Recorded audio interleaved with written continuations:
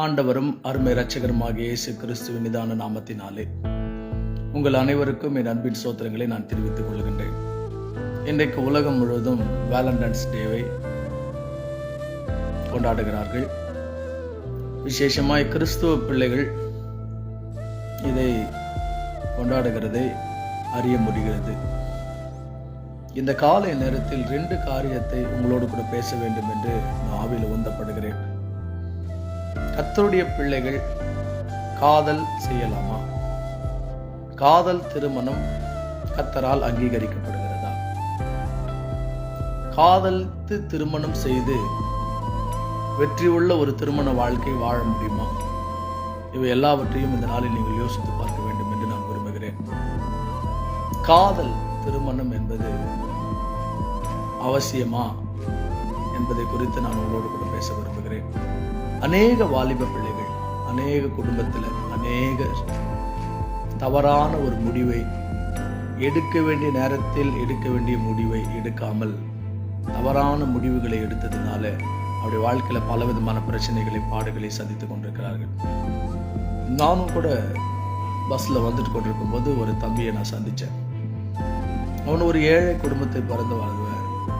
அவன் சொல்றான், என்னோட வாழ்க்கையில நான் அச்சீவ் பண்ணணும்னு நினைக்கிறானே, ஆனால் என்னுடைய உணர்வுகள், என்னுடைய எண்ணங்கள் தவறான எண்ணங்களாகவே இருக்குது.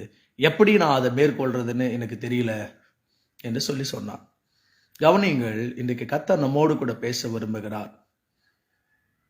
படிக்க வேண்டிய காலங்களிலே படிக்காமல் அல்லது நமக்கென்று நியமிக்கப்பட்டிருக்கிற காரியத்திலே நாம் கவனம் செலுத்தாமல் மற்ற காரியங்களுக்கு நாம் கவனம் செலுத்துவோமே ஆனால் நிச்சயம் நம்முடைய வாழ்க்கை தோல்விக்குரியதாய் மாறி போகும்.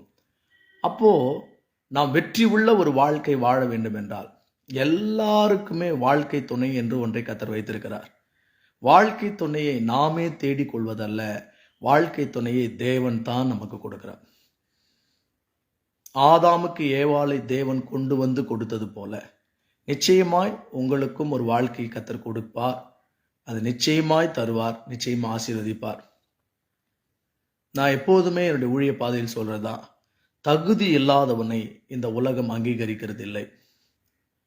படிக்கிற பிள்ளைகள், கல்லூரிக்கு போகிற பிள்ளைகள் அல்லது வேலைக்காக ட்ரை பண்ணி கொண்டிருக்கிற பிள்ளைகள், உங்க எல்லாரையும் பார்த்து நான் சொல்லுகிறேன், இந்த காலம் உங்கள் வாழ்க்கையின் இலக்கை அடைய வேண்டிய காலம். இந்த காலத்தில் நீங்கள் உங்கள் இலக்கை அடைவதற்கு முயற்சி எடுக்கவில்லை என்றால் உங்கள் எதிர்காலம் பரிதாபமாய் இருக்கும். படிக்க வேண்டிய காலத்தில் படித்து நம்முடைய தகுதியை நாம் உயர்த்தி கொள்ளாவிட்டால், நமக்கென்று ஒரு வேலை, நமக்கென்று ஒரு சம்பளம், நமக்கென்று ஒரு ஊதியம் இல்லாவிட்டால், நாம் எவ்வளோதான் குவாலிஃபிகேஷன் இருந்தாலும் நமக்கு ஏர்னிங் பணம் இல்லைன்னா, மணி இல்லைன்னா இந்த உலகம் நம்மை அங்கீகரிக்கிறதே இல்லை. அப்ப நம்மை நாம் தகுதி உள்ளவனாய் மாற்றிக்கொள்ளவில்லை என்றால் நிச்சயமாய் இந்த உலகம் நம்மை அற்பமாய் எண்ணும்.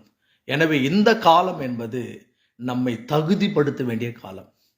இந்த காலம் என்பது நாம் நம்மையே உருவாக்கி கொள்ள வேண்டிய காலம். இந்த காலம் என்பது நாம் எதிர்காலத்தில் நல்ல சம்பாதித்து குடும்பத்தை நடத்தக்கூடிய அளவுக்கு சொந்த காலில் நிற்க வைப்பதற்கு தன்னை தானே தகுதிப்படுத்திக் கொள்ள வேண்டிய நேரம். ஆனால் இந்த காலத்தை காதல் அல்லது உலக பிரகாரமான இச்சை, மொபைல் அடிஷன், தேவையில்லாத காரியத்தில் நேரத்தை நாம் செலுத்துவோமே ஆனால் நிச்சயமாய் ஒரு வெற்றி உள்ள திருமண வாழ்வை வாழவே முடியாது. இந்த வேலண்டைன்ஸ் டேல அன்பு தம்பி, தங்கச்சி, இதை பார்த்து கொண்டிருக்கிற பெற்றோரை எல்லாரையும் பார்த்து நான் கேட்டுக்கொள்கிறேன். வாலிப பிள்ளைகள், உங்கள் இலக்கில், உங்கள் படிப்பில், உங்கள் கரியரில், உங்களுடைய ட்ரீமில், உங்களுடைய காரியத்தில் நீங்கள் சாதிக்கிறவர்களாய் மாற வேண்டும். சாதிப்பதற்கு பெற்றோராகி நீங்களும் உதவி செய்ய வேண்டும். எனவே இந்த பொல்லாத உலகிலே, இருள் நிறைந்த உலகிலே, பாவம் நிறைந்த உலகிலே நம்முடைய பிள்ளைகளை மீட்டெடுப்போம். காதல் என்னும் பிசாசின் மாய வலையிலிருந்து பிள்ளைகளை விடுவிப்போம். கர்த்தர் பெரிய காரியங்களை செய்வாராக. ஜெபம் பண்ணுவோம். சர்வ வல்லமையுள்ள கர்த்தரையுமே நாங்கள் ஸ்தோத்திரிக்கிறோம் அப்பா. இந்த வேலண்டைன்ஸ் டேல ஆண்டவர் எத்தனையோ பிள்ளைகள் தற்கொலை பண்ணி செய்து ஆண்டவர் மரித்து போகிறார்கள். தன் மனதிலே காயத்தை சுமக்கிறார்கள். பிசாசு கொண்டு வருகிற இச்சையின் எண்ணங்கள் இயேசுவின் நாமத்தில் விலகட்டும் என்று நான் ஜெபிக்கிறேன். ஒரு எதிர்காலத்தை நீர் வைத்திருக்கிறீர், ஆசீர்வாதமான ஒரு எதிர்காலத்தை வைத்திருக்கிறீர். அதை எங்கள் பிள்ளைகள் அனுபவிப்பதற்கு, தங்களை தாங்களே தகுதியுடையவளாய் மாற்றிக்கொள்வதற்கு உம்முடைய பாதத்தில் அவருடைய வாழ்க்கையை அர்ப்பணிக்கட்டும் என்று நான் ஜெபிக்கிறேன். தேவ பிரசன்னம் உண்டாகட்டும். இயேசுவின் நாமத்தில் பிதாவே, ஆமென். God bless you. கர்த்தர் உங்களை ஆசீர்வதிப்பாராக. ஆமென்.